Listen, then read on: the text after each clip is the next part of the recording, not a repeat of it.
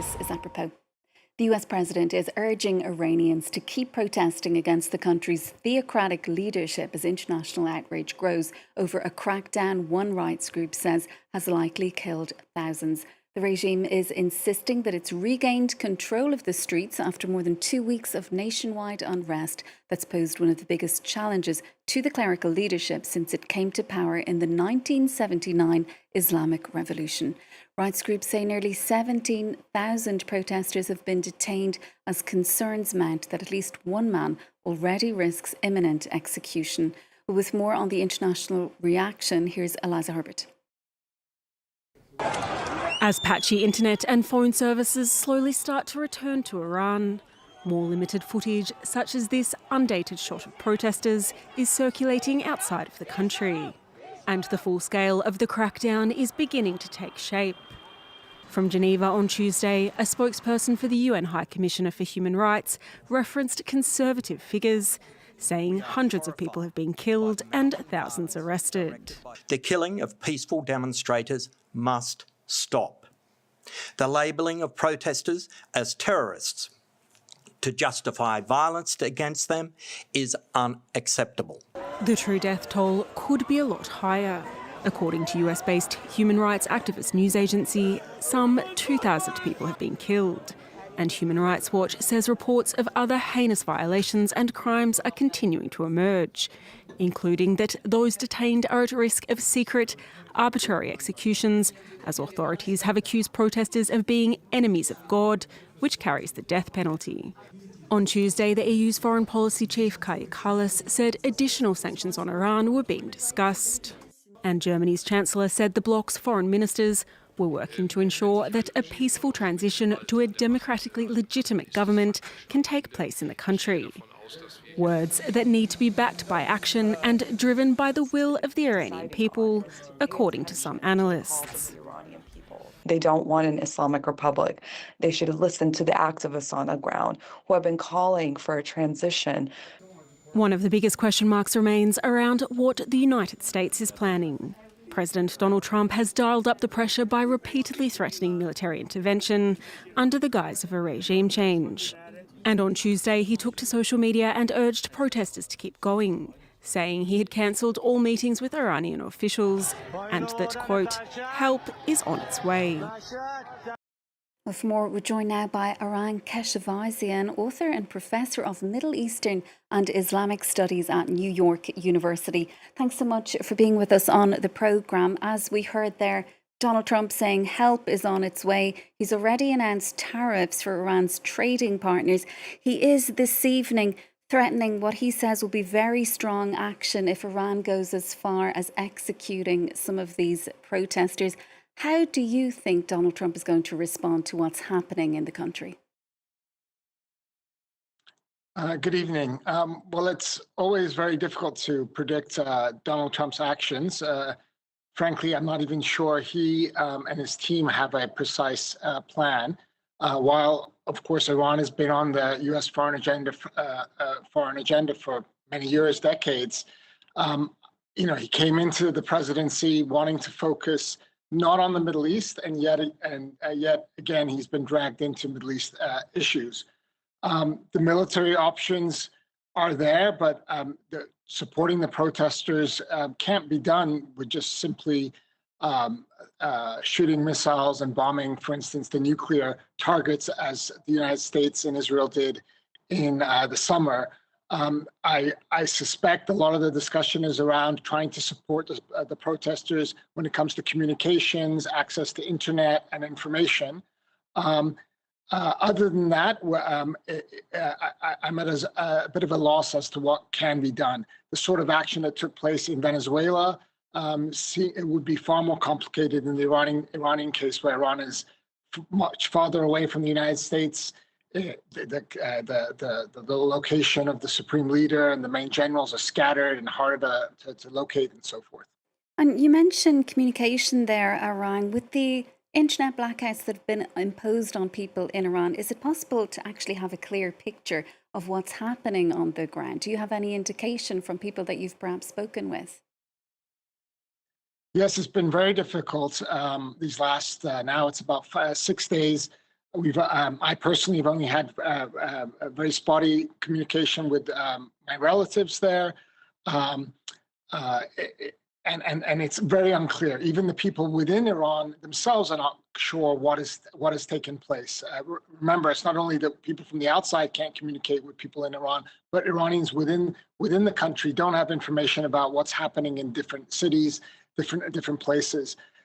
It is clearly there's been a lot of brutality, a lot of violence unleashed by the security forces in the past 3-4 days.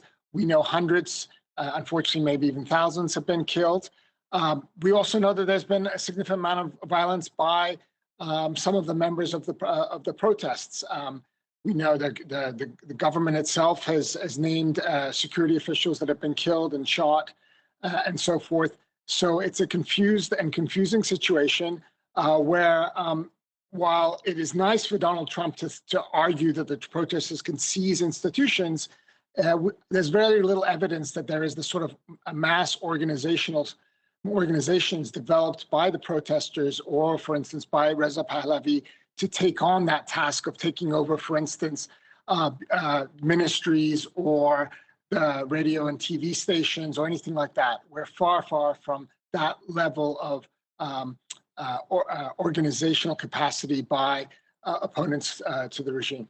And we've heard a lot of speculation the last few days as well about how this could possibly be the end of the line for the regime. How vulnerable do you believe the Iranian government is here? It's survived a lot in the past, from wars, rebellion, isolation, sanctions. Do you think this is the end of the line for it, or are we even close to that? You're absolutely right to underline all of the challenges the regime has faced over the past 47 years, but especially the last, let's say, 10, 15 years. There's been countless protests, waves of protests, some of it around elections, some of it around women's rights issues, some of it around fundamental economic and social welfare issues. This moment, though, is a truly deep crisis because you have a kind of a confluence of all of these factors coming together all at once. You have this dire economic situation where clearly large portions of the population simply don't trust and believe that the regime is able to manage the economic crisis, the lack of access to hard currency, the skyrocketing inflation. Meanwhile, the regime also this summer was deeply weakened militarily and sort of embarrassed by the Israeli attack, not only on the country, but its own generals and so forth. So the regime is also weakened on the political front. On the other hand, my sense at this current juncture is that the opposition is, while incredibly angry, having a long list of grievances, they don't have the organizational capacities or the leadership to sustain this sort of level of protests for weeks and months. And that's frankly what a truly revolutionary change requires. So we're in a situation where there's a sort of a stalemate. There are many other scenarios other than the revolution that can emerge, such as a military coup or some other kind of fracturing or transformation. But there's a lot that we have to pay attention to in the coming days and weeks. And what do you make of these calls for the exiled son of the last Shah to be reinstalled, Reza Pahlavi? How wide is his support base in Iran? Well, I mean, one thing that can be said is that his, in a sense, his name recognition and the kind of public calling out of support for him in this past 2 weeks has far more than it was, for instance, 2-3 years ago during the Women Life Freedom protests or earlier years. But the confusing part for many of us analysts is when people take to the streets and say, "Long live the Shah," for instance, what do they exactly mean? Do they actually want the return of monarchy and Reza Pahlavi?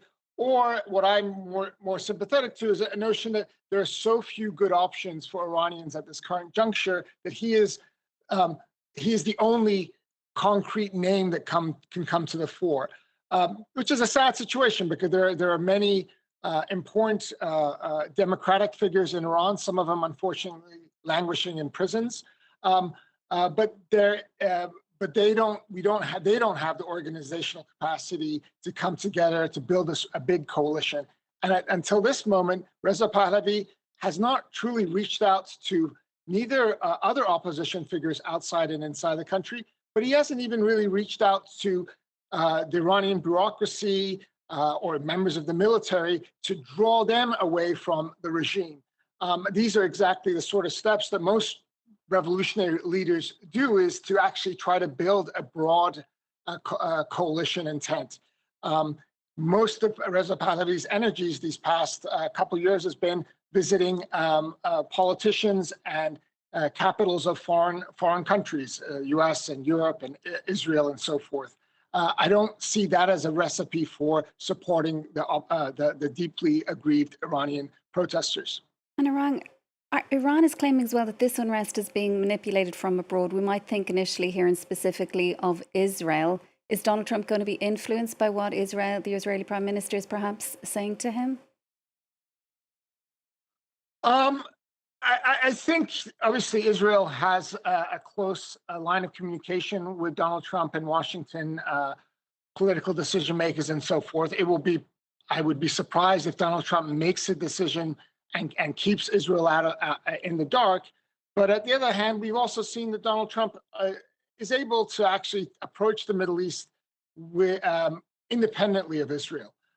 As for the Islamic Republic blaming everything on foreign terrorists and so forth, they've been doing this for years, decades.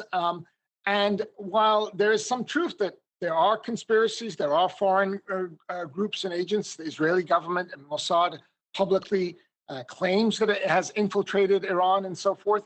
So while there may be some of that, I believe most Iranians have tired of that line of analysis where all problems in Iran and all problems facing Iranians can be blamed on Israel, the United States, and outsiders. This is a situation where the political establishment in Iran has to take responsibility and has to devise a forward-thinking set of reforms, political, economic, social, and so forth. Arang, thanks so much for joining us with that analysis. We'll have to leave it there for now. That is Arang Keshavarzian, author and professor of Middle Eastern and Islamic Studies at New York University. Thank you.